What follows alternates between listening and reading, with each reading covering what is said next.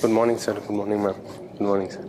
Take a seat, please. Thank you, sir. You are Dhamera Hima Vamshee. Yes, sir. Please give us a brief introduction. Sir, I'm from Nalgonda, Telangana. I've done my primary schooling in my hometown, and thereafter I have done integrated MTech in geophysical technology from IIT Roorkee. I have studied subjects like seismology, geomagnetism, mineral exploration, etc. After my college, I've been preparing for civil service examination, and I'm also doing some free mentorship, sir. And in my free time, I like to travel, and I also like to play 3x3 basketball. What is this 3x3 basketball? Sir, that is a new form of basketball which has also been introduced in the 2021 Tokyo Olympics. So there are certain changes when it comes to the ball size is smaller, and there is only one basket in this 3x3 basketball. Only 3 players play as opposed to the conventional 5 players. The duration of the game is also for 10 minutes as opposed to the 40-minute game in traditional basketball. So you had taken sociology Yes, sir. as your... But with this kind of a professional, very, niche kind of professional degree which you have, what has motivated you to go in for the civil services rather than a career in that branch? Sir, my personal aspirations were inclined towards the civil services, sir. And my father is a doctor who is very keen on conducting medical camps in the vicinity of my hometown, in my district. And during that time, I have realized that there are many people who are underserved. And I have done things at my individual capacity, but I have realized that getting into civil services would provide me a bigger platform to bring a more positive change. Have you heard of critical race theory? I'm unable to recollect the same now, sir. What measure was taken by Seattle recently, their city council? Are you aware? Sir, I remember there was a law against discrimination, caste-based discrimination. Sanskritization. Who introduced this term and what does it mean? The term was introduced by eminent Indian sociologist M.N. Srinivas, sir. And the term means that people who belong to the lower strata, lower caste, they take up the ritual practices of the ritually higher caste groups so that they can move up the ritual hierarchy. You are an aspirant for joining the bureaucracy. Where does this word come from?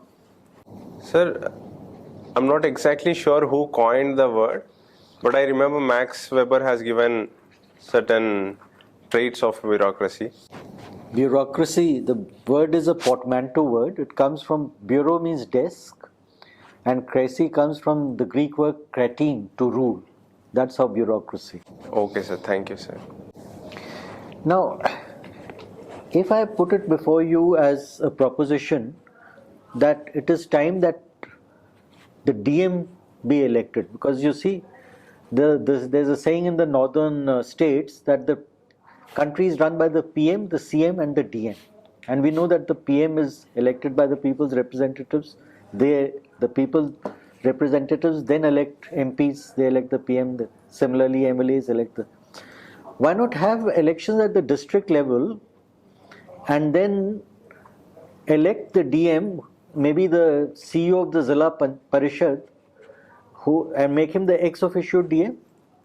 Do you think that's a good idea? Do you think that will work?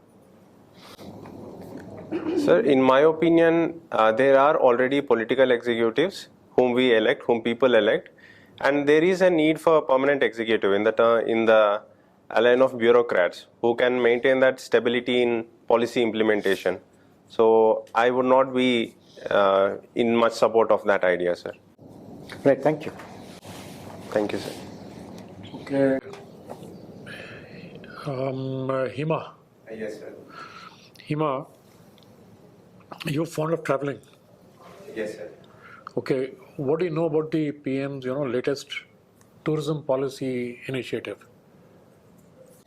The latest tourism policy initiative has been focusing on to build secure, sustainable and creative tourism policies in India, sir. And it also has a target to reach $1 trillion by 2047. Now, there's something special about the tourism policy in India, going back to its roots. Do you know something about that? It's been there in the newspapers the last 2 weeks. I'm sorry, sir. I need to check that. Okay. Now you belong to Telangana. There are 6 districts of Telangana which are, heavily affected by the LWE. You know what LWE is? Yes, sir. Left-wing extremism. So these 6 districts are part of the Red Corridor. So what is the Red Corridor? The Red Corridor is a combination, is a corridor. I mean, it's some of all the districts which are affected by left-wing extremism, sir, in India. Yeah, be specific. Sorry, sir. It's the sum of all districts. It is a corridor which includes all the districts, sir, which are affected heavily. Which are the 6 districts of Telangana which are affected? So they are Mulugu district and Bhadradri Kottagudam.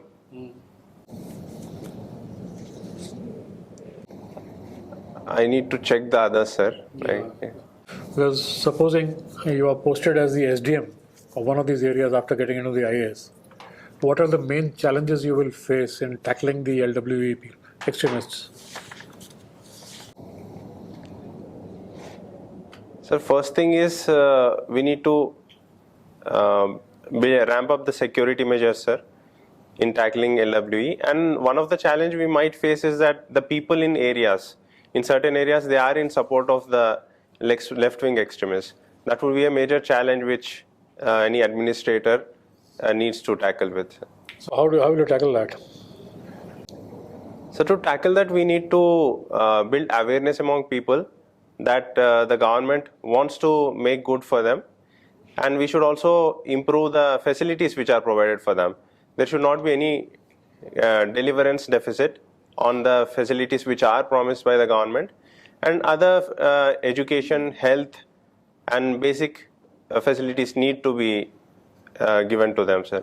The LWE extremists, they started, the movement began in 1967.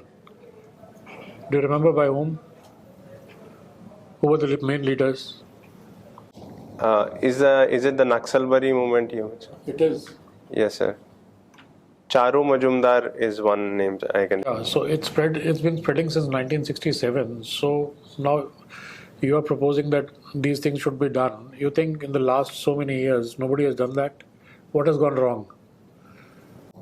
They have done that, sir, and that is the reason there has been significant reduction in the incidence of LWE events, even in Telangana and Andhra Pradesh as well. The Greyhounds model has been quite successful. What is the Greyhound model? The Greyhound model relies on training the police forces on the local topography and getting them acclimatized to those regions, and they are provided modern security equipment to fight the Naxals. Okay. Yeah, Mr. Hima Vamshee. Okay. Yes, sir. See, there was recently an agitation in France. Do you know what it is about by the people, maybe government employees? No, sir, I'm sorry. I will tell you. They have increased the retirement age. People are protesting that to get pension they have to work for more number of years. So, what is this? I'm sorry, sir, I did not understand the They issue. increased the age of retirement from to 62 to 64, I think. So people are protesting against that. Protesting against the increase against the of... retirement increase in limit those who are employees. So in India, should we increase the retirement age or reduce the retirement age? How does it affect people and the economy? Sir, increasing the retirement age will provide more number of years of employment for people, especially now that the life expectancy is increasing. It might help make use of the expertise people have. And that again has concerns from the younger generation, that it would make it a delay for them to join the services, get jobs, because the retirement age has been increased. Okay, see, now we are consuming a lot of content on OTT. You know the OTT, web Yes, series and all. Now, the films and the other things are under the censor board. This OTT is not under the censor board. Now, I want you to speak that OTT should be brought under censor board. Speak for 30 seconds in favor of this and 30 seconds against this to tell me both the pros and cons. So the arguments to bring OTP under the censor board is that there are many documentaries, films which have been having vulgar content. They are certain things which possibly can spread xenophobia, etc., and polarize between groups. And for that reason, that could make a case to bring OTT platforms under the censor board. Whereas if we need to speak against bringing that, it would curb the right to expression, free speech and expression. So because of that reason, people may be censored and they may be made to see only doctored or doctored content. So because of that reason, we should not be bringing it under the censor board, sir. Okay. See, this India and China. China was a underdeveloped country about 50 years back. Then they started opening up. We also started opening up maybe slightly later, few years later, not very much late. But China has grown manifold. It is now 20 trillion plus economy, where we are just 3.5 trillion economy. So what was the China model which make them grow so fast, and what India failed to do? So China has aggressively invested in infrastructure projects, and also Chinese model emphasizes more on economies of scale, which India has not focused on, and other policies like to reduce the population, tackle the population drastically. They have taken up one-child policy as well. These are some of the reasons why they have grown quickly, sir. But yes, there are certain problems involved with those as well. Whereas India has been taking a path of sustainable development right now. Okay.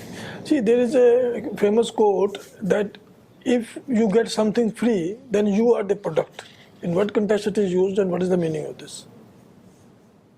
It is used nowadays. It has been used in the context of social media, sir, where all the social media platforms like Facebook, Instagram, etc., they are free to use. But here, if they say if something is free, you are the product, they are taking the data of an individual. So in that context, it is used lately, sir. They provide free services, but take your data. So it is not actually free. Okay, thank you. You like exploring new places, and so that's essentially you like tourism, is it? Touring and visiting various places. Yes, ma'am. Is tourism a kind of soft power, element of soft power? Yes, ma'am. In a country, soft power? In what way? In what way is it an element of soft power? Soft power is one element of diplomacy. And how is tourism an element of soft power? How do you see it? Ma'am, if different people from across the globe come to India, visit, they see places, they try to attach with the cultural practices here. If I may quote a personal example, I have visited a friend in Dominican Republic. She has come to India as well. And she has liked the culture here, like the places here, yoga, etc. And she went back and she told to her friends. And then other friends are looking forward to visit India. So they have a good idea of India, a good perception about India. So this can be an element of soft power. Creates goodwill at the people-to-people level, encourages more interactions between people. Yes. Why has tourism not picked up? Within the country there is a fairly large amount of domestic tourism, and much of it is a large element is religious tourism. But from outside, foreign tourism into India hasn't picked up the way it should have. What do you think, if you were there in charge of making policy on this and how to increase things, what do you think are the main reasons why tourism has not picked up, and how would you make it more sustainable and more, increase the number of tourists coming into India? Have you any, just give it a thought and let me. Yes, ma'am, I did certainly think about that. I'd like to put it into three categories, ma'am. One is the hard infrastructure, where the connectivity is really weak in India. Especially if we look at other areas like northeastern states, the connectivity is not as much as it should be. And even when it comes to soft infrastructure, if people want to visit India, they also look for tourist guides. And we don't have as many tourist guides who can speak in non-English foreign languages. That is again something which people would be hesitant. And the perception of a threat of safety and security is also there. We have also seen incidents recently in Paharganj during Holi. Japanese tourist was harassed. So such things needs to be taken care of, ma'am. And branding also, we need to take it over a bigger level. Will branding be sufficient? Along with these things, ma'am. Yes, God's own country, guerrilla tourism did take off as a result of that. But again, it was largely Indian tourists who went. Of course, foreigners came in quite large numbers, but I think the number of Indians who went there were much larger. And essentially, as you said, infrastructure. But I think the biggest problem is public toilets at all tourist places. Taj Mahal. Anyone who goes there, you've seen there are public toilets, but it's a big problem. They're not usable most of the time. So, so you need that kind of public infrastructure, cleanliness, basic hygiene is not followed. Getting into the Taj Mahal, for instance, is so dirty, So getting all that, so everything, it's an all-round infrastructure, and everything else also needs to be increased, including in the hills if you go, trekking. Facilities are there, but not the kind of, as you said, safety, security. So a lot of things need to be done to let Indian tourism take off, which is holding it back. So I think if you do be in that, if you come into that position, I think you should be able to give it more thought and more practical solutions. Okay, what do you think about climate change? And in that context, also what happened in Joshimath and in J&K, since you're sort of geographic, something is your subject as well. Geophysics, sorry. Oh, it's not related to this? Yes, ma'am, there are certain implications related to that. When it comes to Joshimath, ma'am, there are natural reasons as well and man-made reasons. When we talk about the natural reasons, is that the area of Joshimath is in a seismically active zone. And the slopes there, they are convex slopes, which increases the probability of landslides and land subsidence. But alongside that, there have been man-made causes, which again are related to climate change, like deforestation is one, and making more and more constructions in vulnerable areas. That is another thing, ma'am. And there has been unplanned urbanization in Joshimath, which has led to no proper drainage system, because of which weathering inside the earth is happening. The water does not have a proper channel to flow. These are some of the reasons which has been aggravating the land subsidence in Joshimath, ma'am. And will resilient, earthquake-resilient or earthquake-proof buildings make a difference in such cases? They will certainly help, ma'am, but to start with, we should avoid making any constructions in seismically vulnerable areas. And we found that, there are reports that February has been the hottest February in many years, in India at least.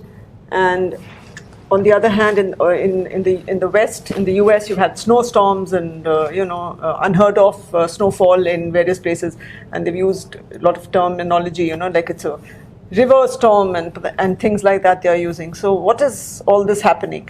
Why should it have happened? And what is the best way to avoid it, you think? Or to change or to stop or mitigate climate change?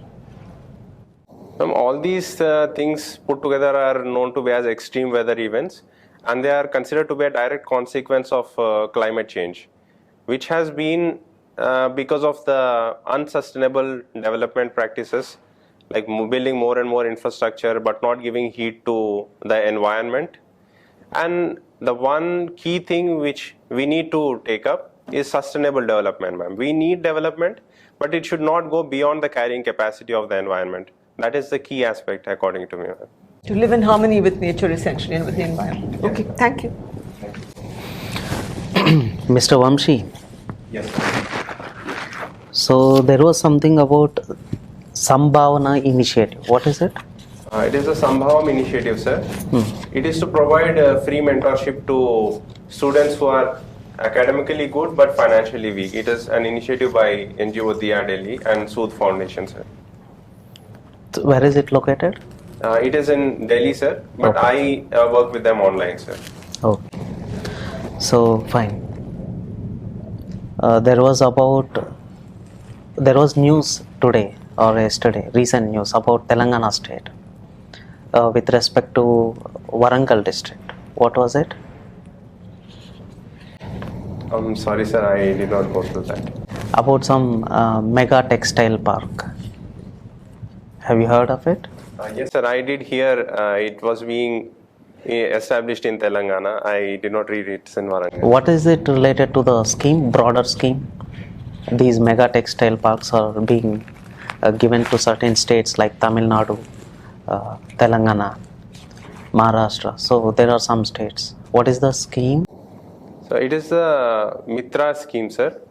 It is to provide for high-class infrastructure and allow people to get into this plug-and-play model, provide them with all the facilities so that they can come and start right away. The intention is to increase the investment there and also provide for employment of people in those areas.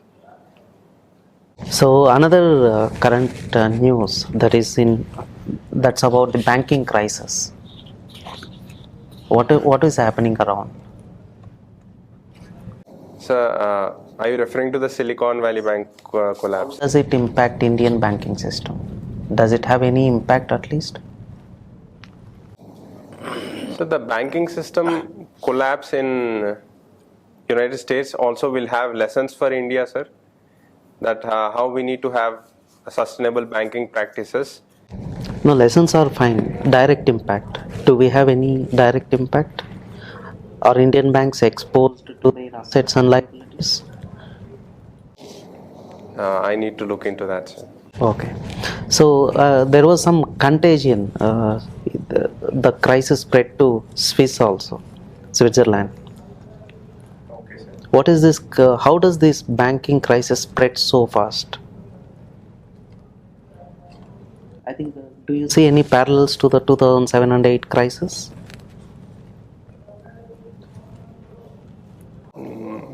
It could be, sir, but I'm not sure. I'm not very aware of the situation.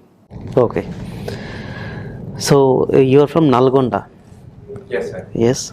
So can you tell about Nalgonda? What is the meaning of the name, and what is the economic activity out there? So Nalgonda is a combination of two words, Nalla and Konda, which means black hills. And the primary economic activities of Nalgonda are like in agriculture, there is paddy cultivation, there are rice mills. And industries, there are many cement industries, limestone industries as well. These are the major industrial activities, sir. There are also pharma industries which are being set up in Nalgonda. So do you see somewhere pharma getting a big push in Telangana? What steps are taken there? Sir, pharma is getting a big push, sir. For that, the land is being allocated at subsidized rates by the Telangana government, and they have also been emphasizing on investments there.